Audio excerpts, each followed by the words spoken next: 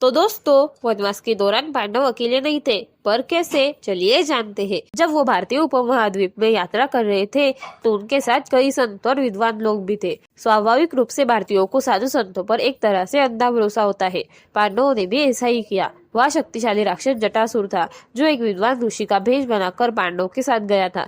उन्होंने सभी का विश्वास हासिल करते हुए वर्षों तक धैर्यपूर्वक इंतजार किया। जब अर्जुन स्वर्गलोक में थे और भीम शिकार पर निकले थे, तब उन्होंने अपना असली रूप प्रकट किया। वो एक विशाल राक्षस में बदल गया और पांडवों के हथियारों के पीछे चला गया और उन सभी को चुरा लिया। फिर उसकी नजर द्रौपदी पर पड़ी और उसने उसे भी छीन लिया। सतर्क होकर अन्य पांडवों ने उसका बचाव करने की कोशिश की, लेकिन जटासुर अविश्वसनीय रूप से शक्तिशाली था, इसलिए उसने उन्हें भी उठाया और दावत की तैयारी करते हुए जंगल की ओर भाग गया। जबकि युधिष्ठिर ने राक्षस की नैतिकता की अपील करने के लिए शब्दों का खेल आजमाया। सहदेव मिसलकर बाहर निकलने में कामयाब रहे और भीम की मदद के लिए दौड़े। भाई आ गया। भाई गुस्से में था। जटासुर पर झपटते ही भाई ने धरती हिला दी।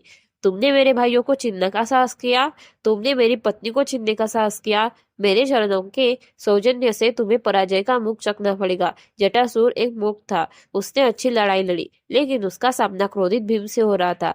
भाई के पास कोई मौका नहीं था। जटासुर गिर गया और पांडवों को एक महत्वपूर्ण सबक सिखाया। बुद्धिमानी से भरोसा रखो। तो दोस्तों, कथा अच्छी लगी हो तो अपने फ्रेंड्स और फैमिली के साथ शेयर करके महाभारत के डेली सीरियल लाइफ स्टोरी देखने और समझने के लिए चैनल को सब्सक्राइब करना ना भूले।